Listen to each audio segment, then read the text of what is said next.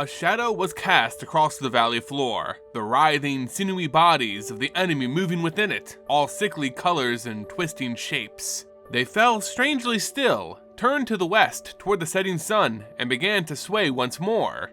Then, an impossibly large figure rose up behind the hills, all white bone and tentacles, strange and terrible to behold. When the massive thing moved, the earth shook, and the teeming masses surged forward beneath its feet, like iron fillings aligning with a magnet. The Eldrazi had come.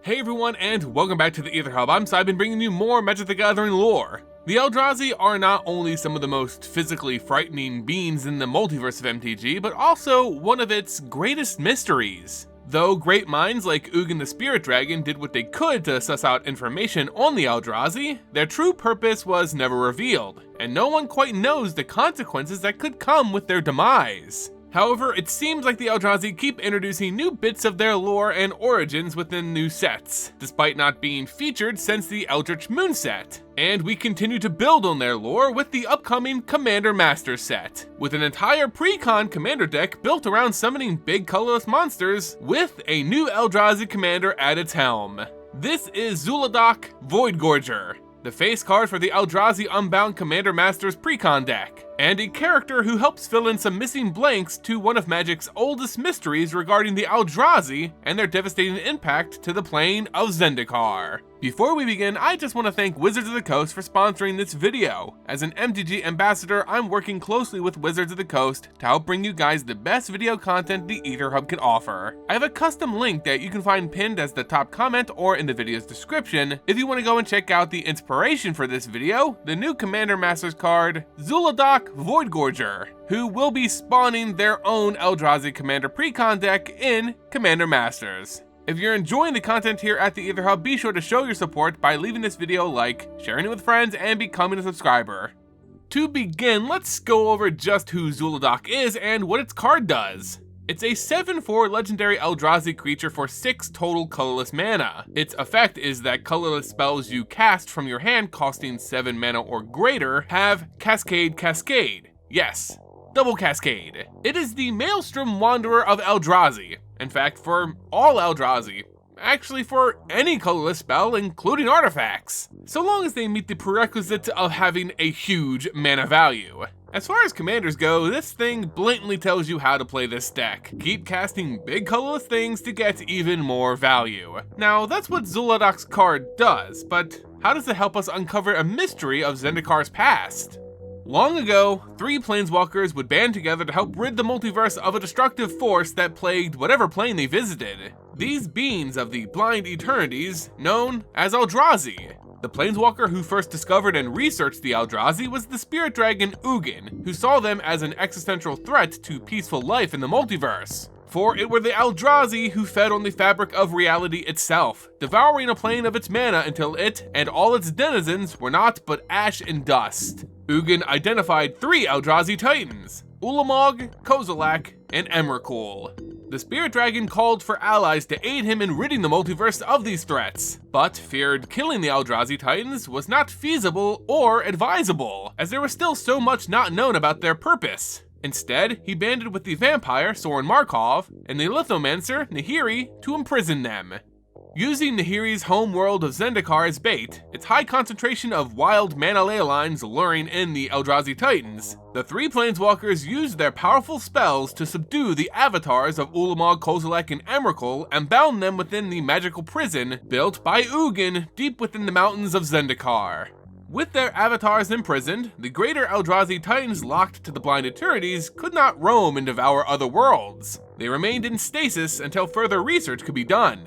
With the 3's pact disbanding and everyone agreeing to come back together should the Eldrazi's bond weakened, Nahiri was left to guard the prison for the rest of her extremely long life. But this is also where Zhulodok's story begins. Over the generations, the people of Zendikar forgot about the giant space monsters trapped in stone beneath their feet, and as Nahiri herself went into a hibernative state, the races of the plane began to misinterpret her dire warnings of the Eldrazi and the importance of their Hedron prison. Those who called the Akum Mountains their home, a mostly nomadic civilization, worshipped what they believed to be a god of the mountain, a deity who would often shake and rumble beneath them. They had forgotten that these tremors were the thrashings of world-devouring Eldrazi, and saw Nahiri's teachings of the Hedrons as instructions on how to summon their precious god. Through years of observations, cultist followers of this miscommunicated religion began to slowly unlock the secrets at the Eye of Ugin, the gateway to the Eldrazi prison. Though their spells were rudimentary and unable to fully unlock the door, the cultists did manage to shift the Hedrons enough to release the essence of their god. Of course, this would go down as being one of the worst ideas in MTG history because what they really released was, duh, not a mountain god, but the ever-spreading influence of the captive Eldrazi. The first of which freed upon the surface of the Akum mountain range being the Titan Ulamog. Ulamog is known as the Ceaseless Hunger, earning this title because Ugin observed this titan as being vastly more voracious than its compatriots. Ulamog roamed, plane after plane devouring anything containing mana and twisting denizens of worlds to aid him in his effort. Though Ulamog proper was not released with this crack, his spawn and broodlings managed to seep through. This was the emergence of Zhulodok Void Gorger. The Eldrazi Titans feed on a plane not only through their avatars, but through drones those avatars produce. Each acts like an appendage for the greater avatar, doing as it's willed as part of the bigger whole of the Eldrazi. This is why we don't see many named legendary Eldrazi creatures in Magic the Gathering. And by this I mean true Eldrazi, not legendary creatures who become Eldrazi through corruption, but truly legendary spawn of the Titans. As the Titans themselves are legendary, their spawn are basically just their fingertips, meaning it's redundant to name them. That, however, wasn't the case for Zhulodok, who became legendary for its singularly devastating impact on Zendikar. Like the other spawn, Zhulodok spread out across the mountain range, devouring mana to feed its host, carving valleys deep within the plane's crust. However, this was not its primary purpose. Ulamog twists mortal races to its will, to aid him in their own home's destruction. Thus was the fate of the cultists who initially released this wave of broodlings. Zhulodok looked out upon the mortals who worshipped it so, feeling no sense of loyalty, adoration, or anything for that matter. The Eldrazi saw only tools to help feed the avatar of Ulamog. Most of the cultists would perish in this initial release of Eldrazi. However, 12 were kept alive by Zhulodok and twisted into minions of Ulamog. These would become the original 12 blood chiefs of the vampire clans of Zendikar.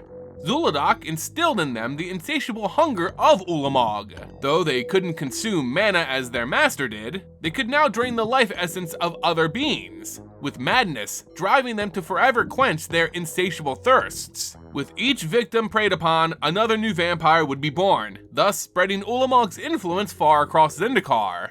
The stirring of the Eldrazi would awaken Nahiri from her slumber, but when she tried to call for aid from her allies, no one answered. Desperately, she managed to fix the Hedron alignment on her own, stopping the surge of Eldrazi spawn throughout Zendikar. Though relieved for the time, the weakening prison left Nahiri concerned for its future. Worse still, she worried for her friends who never showed up. This worry, however, would morph into bitter resentment and even hatred when she saw what the Eldrazi spawn left in their wake. Not just the carved valleys of upturned earth devoured like a giant spoon had tilled the crust of Zendikar, but these vampires, a race of beings not native to her home. Nahiri couldn't imagine that these monsters were in fact created by the Eldrazi, but still, they had to have come from somewhere. Though she was wrong, Nahiri placed the blame on her friend, Soren Markov, who was a vampire himself. Had he not answered her call for help, while also spreading his disease to her people? This would go on to create a massive rift between the Planeswalkers' friendship, ending in betrayal and the near destruction of both Zendikar and Innistrad. While Nahiri managed to close the gap left in the Eldrazi's prison, she didn't stay on Zendikar to fight off the broodlings. She left that in the capable hands of its denizens. It would be the mortal races who bestowed Zhulodok with its name and title, recognizing it as much more than the lesser spawn that surrounded it. Zhulodok would eventually be defeated by the champions of Zendikar, along with most of the Titan's initial resurgence, but its lasting impact on Zendikar can still be seen today. The creations of Ulamog, the blood chiefs of Zhendikar's vampires, are powerful figures. Only they can create new vampires and replenish their species. But still, with each new vampire, the taint of their master carries on. Zendikar vampires often have physical reminders of their origins, with stiff horn-like protrusions sticking from their backs and shoulders that look like hooks or handles. These were easy ways for the Eldrazi spawn to actually control their vampiric minions, a lasting reminder of their former status as slaves. With the Eldrazi spawn defeated, the vampires were free of Ulamog's will and branched out to become a new race of Zendikar. They built a civilization all their own, with their own laws, traditions, and customs, even further branching out to different clans or families based off of their original progenitors, following their blood chiefs as leaders.